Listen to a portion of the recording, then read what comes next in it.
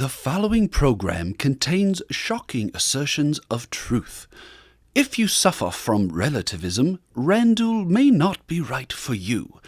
Check with your local guru.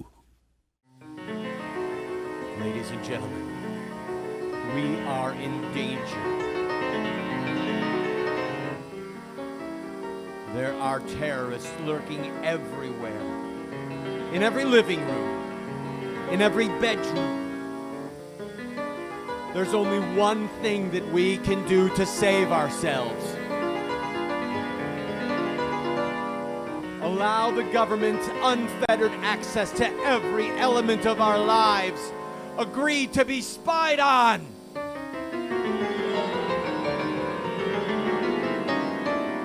Save me, Uncle Sam!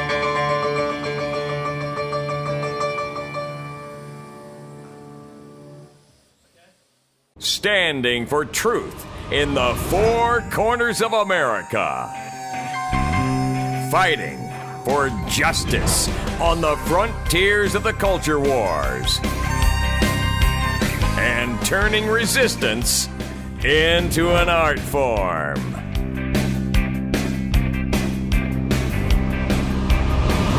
Randall Terry. Do you ever get the feeling that you're being watched? It's just creeping me out. Anyway, this situation with Edward Snowden continues to grow. We're going to talk about it today. And I actually think that this is one of the biggest news stories of my lifetime. And we're actually watching the people and the Constitution of the United States of America come under attack. But I can't, it's freaking me out, man. It's freaking me out. Go to that word thing, please, Lane.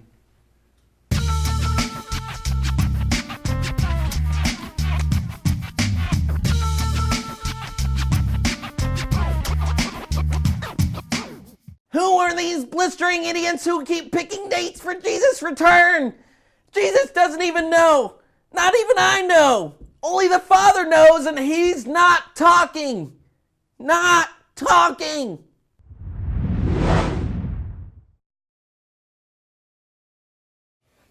Welcome to today's program, friend. I need to start off with a personal disclaimer. If I seem a little agitated, if I seem a little worked up, it's because I am. My dear wife, my best friend and counselor, often says to me, go slow, teach, don't try and get people to drink from a fire hose, calm down. And I usually heed that advice, and I'm going to try really hard right now to heed that advice. But what is at stake right now with the spying apparatus that the U.S. government has put in place against we the people, against us as citizens? It is so epic. The means they have taken against us are so draconian that for me as a man, as a husband, as a father, as a patriot, as someone who loves his country, this has disturbed me and enraged me more than anything at all except child killing. And I believe, as you will see over the next couple of shows, and as long as we discuss this, the means are in place to enslave the American public. Now, some of you think, oh, he's overstating it. This is too emotional. Let me make the case. Just let me make the case, and you decide. I'm going to read to you the Third and the Fourth Amendments to the United States Constitution. The Third Amendment says, no soldier shall, in time of peace, be quartered in any house, without the consent of the owner, nor in time of war, but in a manner to be prescribed by law. Now, the argument can and should be made that there is no physical soldier in our house. But the simple fact of the matter is that the U.S. government doesn't have enough soldiers to quarter one in all of our homes. And that amendment came as a result of what the colonists endured at the feet and the fists of the British Army. The founders said, we will never allow the citizens of this nation to have soldiers arbitrarily put in their homes. Well, friends, you've got cyber soldiers there right now. In a very real way, what they have done with this overarching ability to listen to every phone call, read every email, listen to every chat, read every chat. What they have done is actually more efficient than putting a soldier in your home, because he's got to sleep, he's got to eat, he's got to patrol, he's got to do stuff. The Fourth Amendment says the right of the people to be secure in their persons, houses, papers, and effects against unreasonable searches and seizures shall not be violated. And no warrant shall issue but upon probable cause, supported by oath or affirmation. I ask you, what probable cause does the United States government have to go after the papers and the effects of every single American citizen? What probable cause? They're spying on all of us. And it also says that no warrant shall issue but upon probable cause, supported by oath or affirmation, and particularly describing the place to be searched and the persons or things to be seized. They're throwing a net over all of us for everything. You're being watched all the time. Does anyone feel like I'm being watched right now? Sorry. Does anyone? At all? I've got to take a break. What am I hearing? I'll be right back.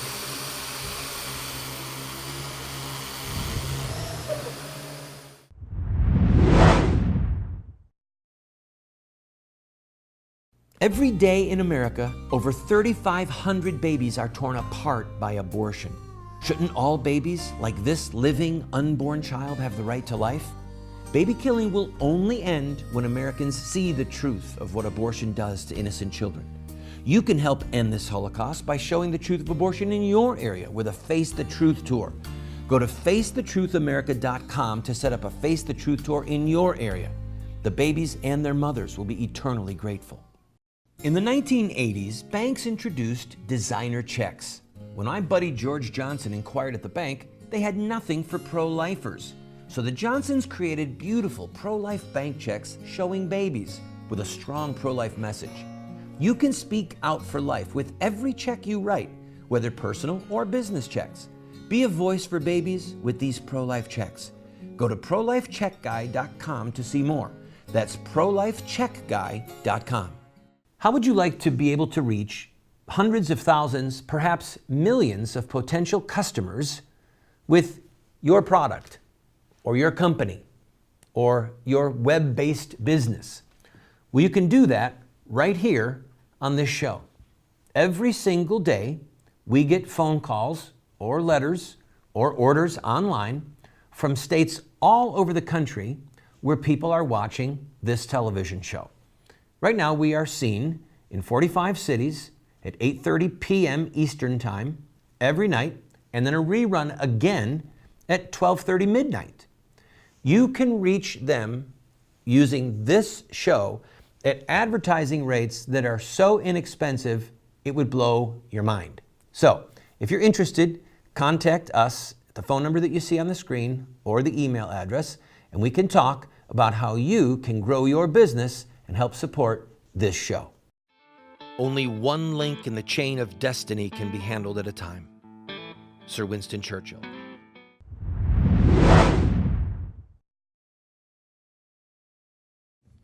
Welcome back, friend. No soldier shall, in time of peace, be quartered in any house without the consent of the owner. I do not consent. Do you? Fourth Amendment. The right of the people to be secure in their persons, houses, papers, and effects against unreasonable searches and seizures shall not be violated. You don't have to be a college graduate. You don't even have to be a high school graduate to read this and to understand that what they have done against us and against the Constitution is a criminal act. Now, if you're watching the news, you're going to see various members of the House and the Senate who are saying that Snowden should be prosecuted to the full extent of the law, that he should be extradited. But then you have other members of Congress who are not a part of the intelligence infrastructure. You have other members of Congress saying this is an outrage. And you have members of the security apparatus, for example, Clapper, the director of national intelligence, lying to Congress under oath. Lane, play that clip, please.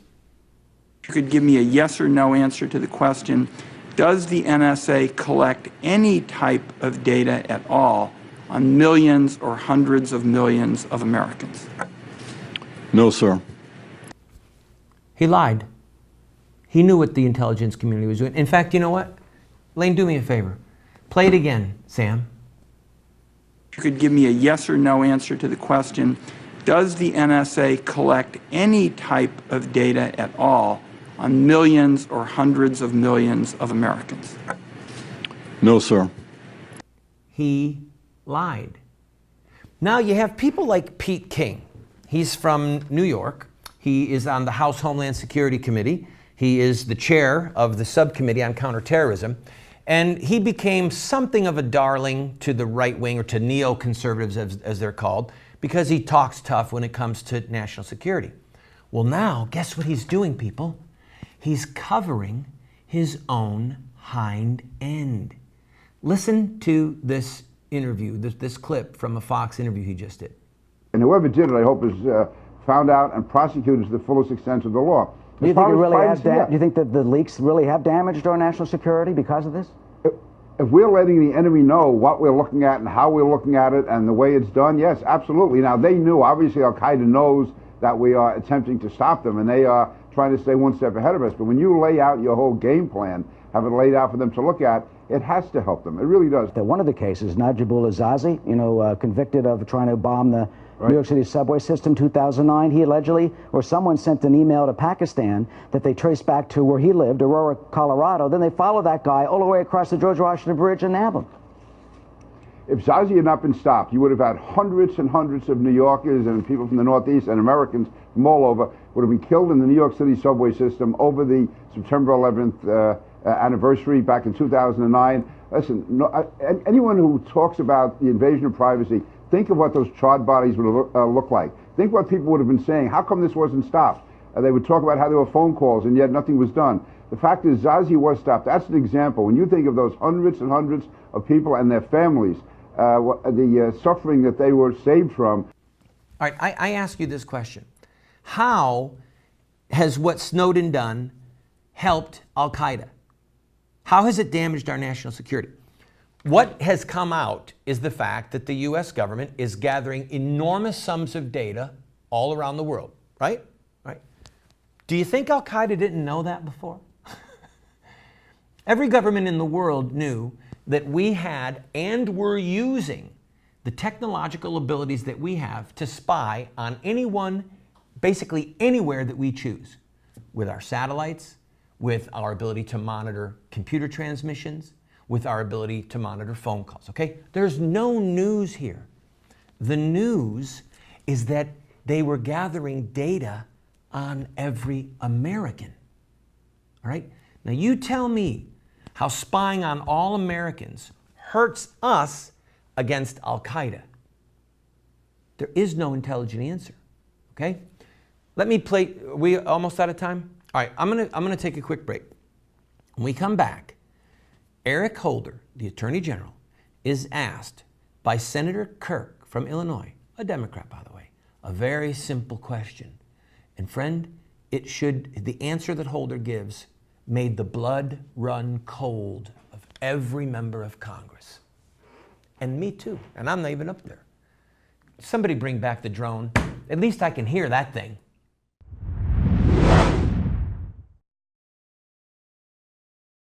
Do you want to get America out of the hands of wicked and unjust men and women who are destroying the republic before our eyes, and put leadership back into the hands of righteous men and women so that we don't die as a nation? Well, you're talking about social revolution, and there are rules in social revolution. We can look at the victorious social revolutions of the past, such as the end of slavery, the end of child labor, women's voting rights, the end of segregation, and so much more, and learn from their victories. Look at their actions, their images, their rhetoric, their sacrifices, and their final fruit. We will send you this series that originally cost $129, 7 books for students, 1 teacher's guide, if you'll give a gift of any size and just pay for shipping and handling. Take advantage of it today.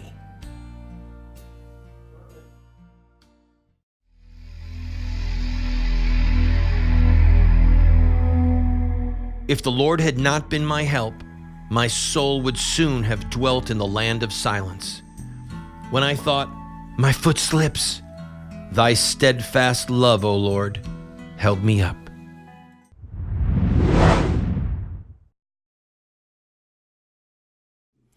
Welcome back, friend. There is a small bit, and I mean small, bit of delicious irony in what Mr. Snowden has done by alerting us all to the fact that the government is in fact spying on all of us, violating the Third and the Fourth Amendments to the U.S. Constitution. Certain members of Congress are starting to do the math. Wait a minute. Are they spying on us? Could they be, well, let's get Attorney General Holder in here and just ask him. I mean, Holder is in fact the head of the Justice Department, and the FBI is underneath the Justice Department. Basically, the Justice Department owns the FBI. So let's ask Holder. Listen to this exchange. Mr. Attorney General, I want to take you to the Verizon scandal, and which I understand takes us to possibly monitoring up to 120 million calls. You know, when government bureaucrats are sloppy, they're usually really sloppy. I want to just ask, could you assure to us that no phones inside the Capitol were monitored of members of Congress that would give a future executive branch, if they started pulling this kind of thing off, would give them unique leverage over the legislature? With all due respect, Senator, I don't think this is an appropriate setting for me to discuss that issue. I'd be more than glad to come back in an appropriate setting to discuss the issues that you have raised, but in this open forum, I would interrupt you and say the correct answer would be say no. We stayed within our lane, and I'm assuring you, we did not spy on members of Congress. Did you hear what Holder said, or did you hear what he didn't say? What he said was, you know, we better talk about this in a closed session without the media here, because I've got some bad news for you guys. We have been listening. Now, I'm going to cut to the chase for just a moment so that you grasp what's at stake. The gathering of numbers, they say, oh, it's benign. No one's listening. No one's reading. We're just gathering it. For what? You see, the senator went right to the end of the matter. Could you use something that I said or that I wrote to blackmail me? I mean, leverage was a polite word. But could somebody show up at the senator's office from the administration, an administration that might be hostile to Kirk? See, Kirk did the math, all right? Could someone show up and say, well, we need a vote for this piece of legislation, the president does. He needs your support, or at least he needs you to not oppose him. And this email, boy, it'd be so sad if that ever became public, if it ever was shown to one of your kids. No one wants to do that, and no one intends to do it. But we would just like your support on this legislation. You think it's possible? Think it's probable? This is about control. It's about the ability to control. It's about the ability to control through fear. All of you patriot types, all of you who think, well, if we ever need to, we could have a revolution, we could overthrow the government. Really? Let me read to you a quote from Patrick Henry. Actually, all right, let me take a break, and when I come back, I'm going to read a quote to you from Patrick Henry that's exactly on point, just to show you the kind of danger we're in. Don't go away.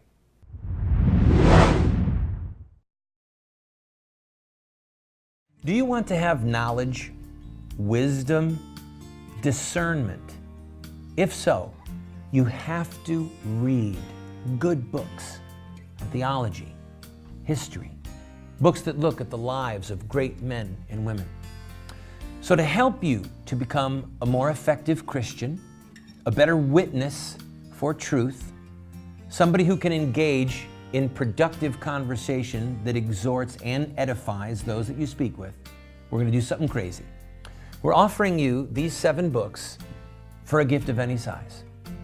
You just pay for the shipping and handling, and then give whatever gift that you can, and we will send them to you. But just to make it a little bit more crazy, I will send you a second copy of my 3 books, autographed.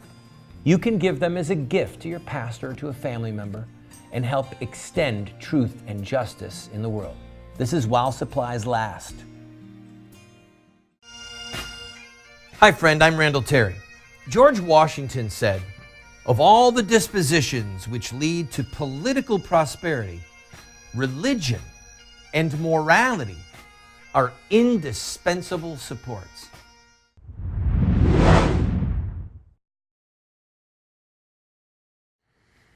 Patrick Henry is credited with saving the American Revolution with his speech, "Give me liberty or give me death."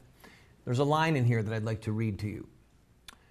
"They tell us, sir, that we are weak, unable to cope with so formidable an adversary. But when shall we be stronger? Will it be the next week or the next year? Will it be when we are totally disarmed and when a British guard shall be stationed in every house? Shall we gather strength by irresolution and inaction?" Friend, we got ourselves into this mess by our own inaction. And by the way, in the middle of the night, in the middle of all this controversy, the Obama administration said, go ahead, give the morning after pill to all teenage kids without a prescription. So the blood of babies is howling out from the ground against us. All right? That's a part of this from heaven's point of view. We have put ourselves in the position through our inaction, through allowing the slaughter of the innocent to take place, for the God to begin to lift his hand of protection off of us. So how do we get back to righteousness and justice? We fight. We need to overturn the Patriot Act. We need to support Rand Paul in his efforts. We need to demand of our congressmen that they suspend this program against American citizens immediately and that they get rid of all the data. In tomorrow's program, I'm going to show you a shiny thing where they say, we have to have this program because it saves American lives. Baloney. It intrudes into our lives. If they need to know who a terrorist is, they know who they are. They can do the research on those terrorists. They don't have to spy on all of us. I am protected by the Constitution from the government knowing what this says. So I'm writing a little note. I'm going to show it to you. This is how I feel about these jokers. I'm going to show this to you, all right? You know what? I don't think I can. Now, the Constitution gives me the right to have my papers and my effects not be looked at by the government, okay? I don't want the government to see this. I was tempted to show you, but I've changed my mind. I've committed no crime. I've done nothing wrong. And I don't want the government to see this. And it's my right. They're not going to see it. Nana, nana, boo-hoo. You can't have this. It's my right to have it.